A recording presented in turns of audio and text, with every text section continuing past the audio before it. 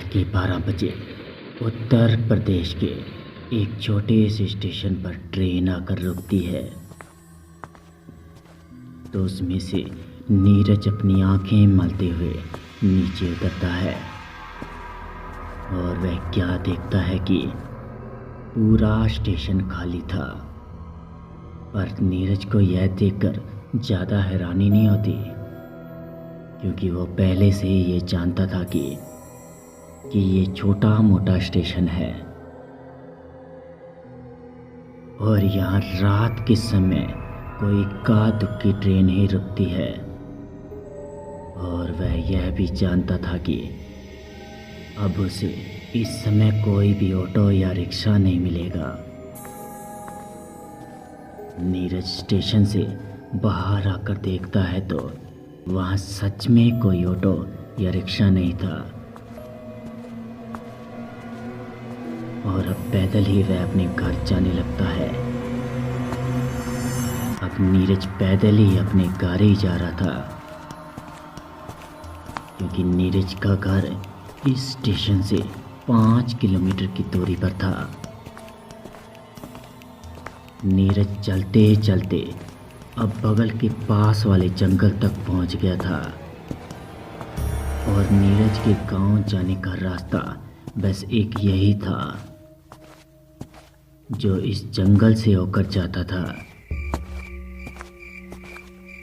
नीरज वैसे तो बहुत निडर लड़का था, इसलिए वो इतनी रात को अकेले ही इस जंगल के रास्ते से होकर जा रहा था। नीरज कुछ ही आगे गया था कि तभी उसे अपने आगे से एक बूढ़ी औरत आते हुए दिखाई देती है और वह बूढ़ी औरत आते आते उसके बगल से निकल जाती है और नीरज के ठीक पीछे जाकर रुक जाती है। नीरज इस पर ज़्यादा ध्यान नहीं देता और नीरज अब थोड़ा ही आगे गया था, तभी उसे लगा कि कोई उसके ठीक पीछे पीछे चल रहा है। नीरज पीछे मुड़कर देखता है तो उसे वही बूढ़ी औरत उसके पीछे पीछे चल रही थी। उस बूढ़ी औरत ने अपना सिर नीचे की ओर किया था। नीरज को यह देखकर बड़ा अजीब लग रहा था और नीरज अपने चलने की स्पीड भी तेज कर लेता है।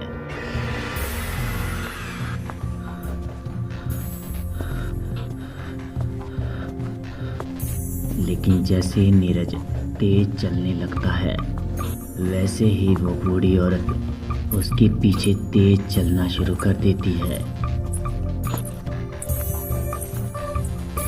नीरज अब थोड़ा घबरा गया था और नीरज घबराते हुए भागने लगता है।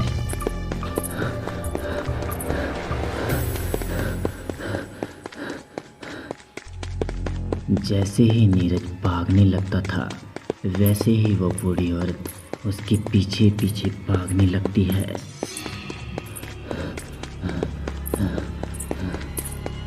और नीरज को उस बूढ़ी औरत को अपने पीछे पीछे भागते देखकर उसका दिल धड़कने लगता है।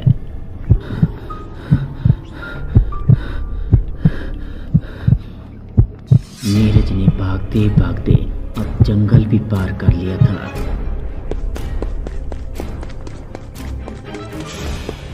जंगल को पार करते ही नीरज को कुछ लोग एक खेत के पास आग तापते हुए दिखे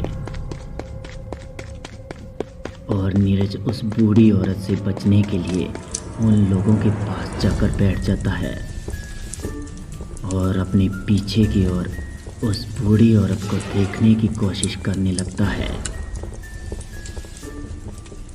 पर नीरज को वो बूढ़ी औरत अब कहीं भी दिखाई नहीं दे रही थी।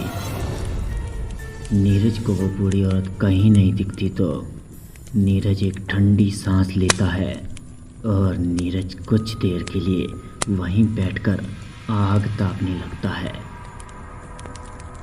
नीरज को वहीं बैठे बैठे 4 से 5 मिनट ही हुए होंगे कि तभी जितने लोग वहाँ बैठकर आग ताप रहे थे तो उनमें से किसी ने भी अब तक एक शब्द भी नहीं बोला था।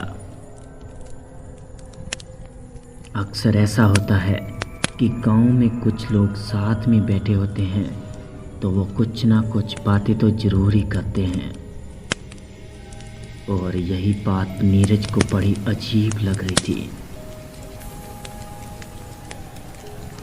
कि उनमें से कोई भी कुछ भी नहीं बोल रहा था और सबने अपना सिर नीचे की ओर किया हुआ था। नीरज अब सबकी चुप्पी तोड़ते हुए बोलता है कि आज कुछ ज़्यादा ही ठंड है ना, पर कोई भी उसकी बात का जवाब नहीं देता। लेकिन जब सब अपना चेहरा ऊपर की ओर करते हैं तो नीरज उन सब का चेहरा देखता है तो उसका दिल दुगनी रफ्तार से धड़कने लगता है।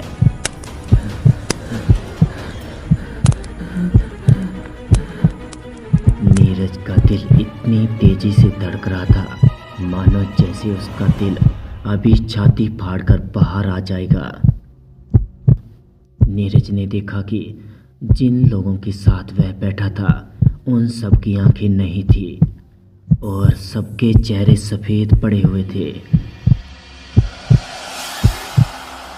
नीरज एकदम से घबरा उठता है और जैसे ही अपने पीछे भागने को मुड़ता है पर वो वहाँ से भाग नहीं पाता, क्योंकि उसके ठीक पीछे सामने वही बूढ़ी औरत खड़ी थी और उसके चेहरे पर एक भयानक हंसी थी कि तभी वो बूढ़ी औरत उसके पास आने लगती है और पास आते आते वो कुछ बड़बड़ा रही थी और वो नीरज के पास आकर नीरज का गला दबाने लगती है। वैसे तो वो एक बूढ़ी औरत थी पर नीरज उससे अपना गला नहीं छुड़वा पा रहा था, मानो उसके अंदर कई लोगों की जान आ गई हो। और उसने नीरज का गला इतनी जोर से दबा रखा था कि नीरज की आंखें बाहर आने लगी और देखते ही देखते नीरज की आंखें बाहर निकल गई थी और अब वो उन सब के जैसा हो गया था जो सब वहाँ बैठकर आग ताप रहे थे।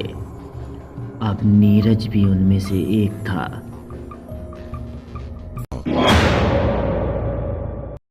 उत्तर प्रदेश की यह सच्ची घटना आज की कहानी बस यहीं तक। दोस्तों, अगर आपको यह कहानी पसंद आई तो हमारे चैनल को सब्सक्राइब कर लें और बेल आइकन को भी दबा दें, जिससे कि हमारी नई वीडियो की नोटिफिकेशन आप लोगों तक पहुंचते रहें। तो आज के लिए बस इतना ही। मिलते हैं आगे ऐसी ही रोमांचिक भरी कहानी में। तब तक के लिए goodbye and take care.